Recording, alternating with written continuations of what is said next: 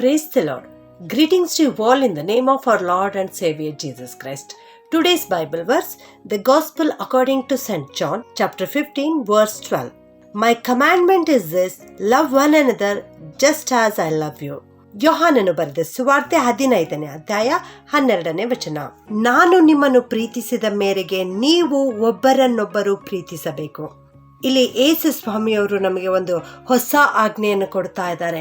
ಮೋಶೆಯು ತನ್ನ ಪಂಚಗ್ರಂಥದಲ್ಲಿ ದಶಾಜ್ಞೆಗಳನ್ನು ಇಸ್ರಾಯೇಲರಿಗೆ ತಿಳಿಸಿಕೊಟ್ಟನು. ಆದರೆ ಮುಂದೆ ಯೇಸು ಸ್ವಾಮಿ 2 ಆಜ್ಞೆಗಳನ್ನು ತಿಳಿಸಿಕೊಡ್ತಾ ಇದ್ದಾರೆ. ಅದರಲ್ಲಿ ಒಂದು, ನಾವು ನಮ್ಮ ದೇವರನ್ನು ಪೂರ್ಣ ಹೃದಯದಿಂದ, ಪೂರ್ಣ ಪ್ರಾಣದಿಂದ, ಪೂರ್ಣ ಬುದ್ಧಿಯಿಂದ, ಪೂರ್ಣ ಶಕ್ತಿಯಿಂದ ಪ್ರೀತಿಸಬೇಕು ಎಂಬುದಾಗಿ.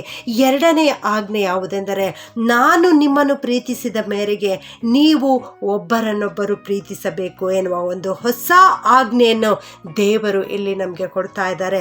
ದೇವರನ್ನು ನಾವು ಪ್ರೀತಿಸುವ ಹಾಗೆ ನಮ್ಮ ಸಹೋದರರನ್ನು, ನಮ್ಮ ಸಹೋದರಿಯರನ್ನು ಕೂಡ ಪ್ರೀತಿಸಬೇಕು ಎನ್ನುವಂತಹ ಆಜ್ಞೆಯನ್ನ ದೇವರು ಇವತ್ತು ನಮಗೆ ಕೊಡ್ತಾ ಇದ್ದಾರೆ. ಪ್ರಿಯರೇ, ಪ್ರಾಣವನ್ನೇ ಸ್ನೇಹಿತರಿಗೋಸ್ಕರ ಕೊಡುವ ಪ್ರೀತಿಗಿಂತ ಹೆಚ್ಚಿನ ಪ್ರೀತಿ ಯಾವುದೂ ಇಲ್ಲ ಎಂಬುದಾಗಿ ಇಲ್ಲಿ ಯೇಸು ಸ್ವಾಮಿಯವರು ಮುಂದುವರೆದು ಹೇಳ್ತಾ ಇದ್ದಾರೆ.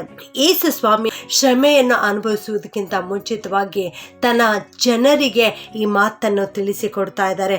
ಹೊಸ ಆಜ್ಞೆಯನ್ನು ಕೊಡ್ತಾ ಇದ್ದಾರೆ. ಏನೆಂದರೆ, ನೀವು ಒಬ್ಬರನ್ನೊಬ್ಬರು ಪ್ರೀತಿಸಬೇಕು ಎಂಬುದಾಗಿ. ಯೋಹಾನ 13:34 ಕೂಡ ನಾವು ನೋಡ್ತೇವೆ, ನಾನು ನಿಮಗೆ ಒಂದು ಹೊಸ ಆಜ್ಞೆಯನ್ನು ಕೊಡ್ತೇನೆ, ಅದೇನೆಂದರೆ ನೀವು ಒಬ್ಬರನ್ನೊಬ್ಬರು ಪ್ರೀತಿಸಬೇಕು ಎಂಬುದಾಗಿ. ನಾನು ನಿಮ್ಮನ್ನು ಪ್ರೀತಿಸಿದ ಮೇರೆಗೆ ನೀವು ಸಹ ಒಬ್ಬರನ್ನೊಬ್ಬರು ಪ್ರೀತಿಸಬೇಕು ಎಂಬುದಾಗಿ. ಮೊದಲು ದೇವರು ನಮ್ಮನ್ನು ಪ್ರೀತಿ ಮಾಡ್ತಾ ಇದ್ದಾರೆ, ಬಹಳವಾಗಿ ಪ್ರೀತಿ ಮಾಡ್ತಾ ಇದ್ದಾರೆ. ಆದ್ದರಿಂದಲೇ ನಮ್ಮನ್ನು ನಮ್ಮ ಪಾಪದಿಂದ ಬಿಡಿಸುವುದಕ್ಕಾಗಿ ದೇವರು ತನ್ನ ಸ್ವಂತ ಮಗನನ್ನು, ಏಕೈಕ ಕುಮಾರನನ್ನು ಈ ಲೋಕಕ್ಕೆ ಕಳುಹಿಸಿಕೊಟ್ಟು ನಮಗಾಗಿ ಪ್ರಾಣವನ್ನು ಅರ್ಪಿಸಿ, ತನ್ನ ಪರಿಶುದ್ಧ ರಕ್ತವನ್ನು ಸುರಿಸಿ, ನಮ್ಮ ಪಾಪಗಳನ್ನೆಲ್ಲ ಅಳಿಸಿ ನಮ್ಮನ್ನು ತನ್ನ ರಕ್ತದಿಂದ ಕ್ರಯಕ್ಕೆ ಕೊಂಡುಕೊಂಡಿದ್ದಾರೆ. ಪ್ರಿಯರೇ, ಇಲ್ಲಿ ಯೇಸು ಸ್ವಾಮಿ ಹೇಳ್ತಾ ಇದ್ದಾರೆ, ನಾನು ನಿಮ್ಮನ್ನು ಪ್ರೀತಿಸಿದ ಹಾಗೆ ನೀವು ಕೂಡ ಒಬ್ಬರನ್ನೊಬ್ಬರು ಪ್ರೀತಿಸಿರಿ. 1 ಯೋಹಾನ 3ನೇ ಅಧ್ಯಾಯ 15ನೇ ವಚನದಲ್ಲಿ ನಾವು ನೋಡುತ್ತೇವೆ, ತನ್ನ ಸಹೋದರನನ್ನು ದ್ವೇಷಿಸುವವನು ಕೊಲೆಗಾರನಾಗಿದ್ದಾನೆ ಎಂಬುದಾಗಿ. ಹೌದು, ದೇವರ ವಾಕ್ಯ ಇಲ್ಲಿ ನಮಗೆ ಖಡಾಖಂಡಿತವಾಗಿ ತಿಳಿಸಿಕೊಡ್ತಾ ಇದೆ. ಏನೆಂದರೆ, ನೀನು ಒಂದು ವೇಳೆ ನಿನ್ನ ಸಹೋದರನನ್ನು, ನಿನ್ನ ಸಹೋದರಿಯನ್ನು ಪ್ರೀತಿಸದೆ ಹೋದರೆ, ಅವರನ್ನು ನೀನು ದ್ವೇಷಿಸುತ್ತೀ ಎನ್ನುವುದಾದರೆ ನೀನು ಕೊಲೆಗಾರನಾಗಿದ್ದಿ ಎಂಬುದಾಗಿ ಇಲ್ಲಿ ದೇವರ ವಾಕ್ಯದಲ್ಲಿ ತಿಳಿಸಲ್ಪಡ್ತಾ ಇದೆ. ಪ್ರಿಯರೇ, ಹೌದು ನನ್ನ ಪ್ರಿಯ ದೇವಜನರೇ, ನಾವು ನಮ್ಮ ಸಹೋದರರನ್ನು, ನಮ್ಮ ಸಹೋದರಿಯರನ್ನು ಪ್ರೀತಿಸಬೇಕು. ಒಬ್ಬರನ್ನೊಬ್ಬರು ಪ್ರೀತಿಸಿರಿ ಎಂಬುದಾಗಿ ಇಲ್ಲಿ ದೇವರು ಇವತ್ತು ನಮಗೆ ಎಚ್ಚರಿಕೆ ಮಾತನ್ನು ತಿಳಿಸಿಕೊಡ್ತಾ ಇದ್ದಾರೆ.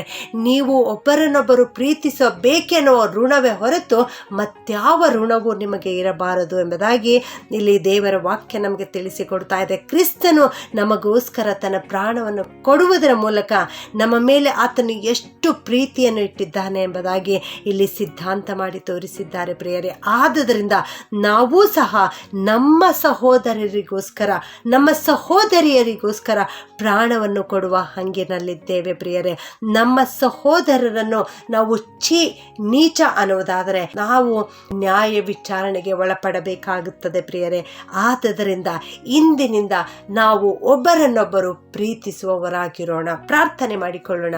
ಪ್ರೀತಿಯ ಪರಲೋಕದ ತಂದೆಯೇ, ನಿನಗೆ ಸ್ತೋತ್ರ ಉಂಟಾಗಲಿ ಕರ್ತನೆ. ನೀವು ಒಬ್ಬರನ್ನೊಬ್ಬರು ಪ್ರೀತಿಸಿರಿ ಎನ್ನುವ ಹೊಸ ಆಜ್ಞೆಯನ್ನು ಇವತ್ತು ನಮಗೆ ಕಲಿಸಿಕೊಟ್ಟಿದ್ದೀರಿ ದೇವ. ಅದಕ್ಕಾಗಿ ನಿಮಗೆ ಸ್ತೋತ್ರ ಕರ್ತನೆ. ಈ ಲೋಕದಲ್ಲಿ ಅನೇಕರು ನಾನಾ ಥರವಾದಂಥ ಕಷ್ಟದಲ್ಲಿ, ಚಿಂತೆಯಲ್ಲಿ, ದುಃಖದಲ್ಲಿ, ಸಮಸ್ಯೆಯಲ್ಲಿ ಮುಳುಗಿದ್ದಾರೆ ಕರ್ತನೆ. ತನ್ನ ಸ್ವಂತ ಸಹೋದರರ ದ್ವೇಷಕ್ಕೆ ಪಾತ್ರರಾಗಿದ್ದಾರೆ ದೇವ. ಇಂಥ ಎಲ್ಲ ಪ್ರಿಯ ಜನರನ್ನು ಇಂದು ನಿನ್ನ ಮುಂದೆ ಜ್ಞಾಪಿಸ್ತೇನಪ್ಪ. ನಿನ್ನ ಒಂದು ಪ್ರೀತಿ ಅವರ ಮೇಲೆ ಇಳಿದು ಬರಲಿ ಕರ್ತನೆ. ಸಹೋದರರ ಪ್ರೇಮ, ಸಹೋದರಿಯರ ಪ್ರೇಮ ಹೆಚ್ಚಾಗಲಿಕ್ಕಾಗುವಂತೆ ನೀವು ಕೃಪೆ ಮಾಡಿರಿ ಸ್ವಾಮಿ. ನಿನ್ನಂತೆ ನಾವು ಆಗಲಿಕ್ಕೆ ಕೃಪೆ ಮಾಡಿ ನಡೆಸಬೇಕಾಗಿ ಯೇಸುವಿನ ನಾಮದಲ್ಲಿ ಬೇಡುತ್ತೇನೆ ತಂದೆಯೇ. ಆಮೆನ್.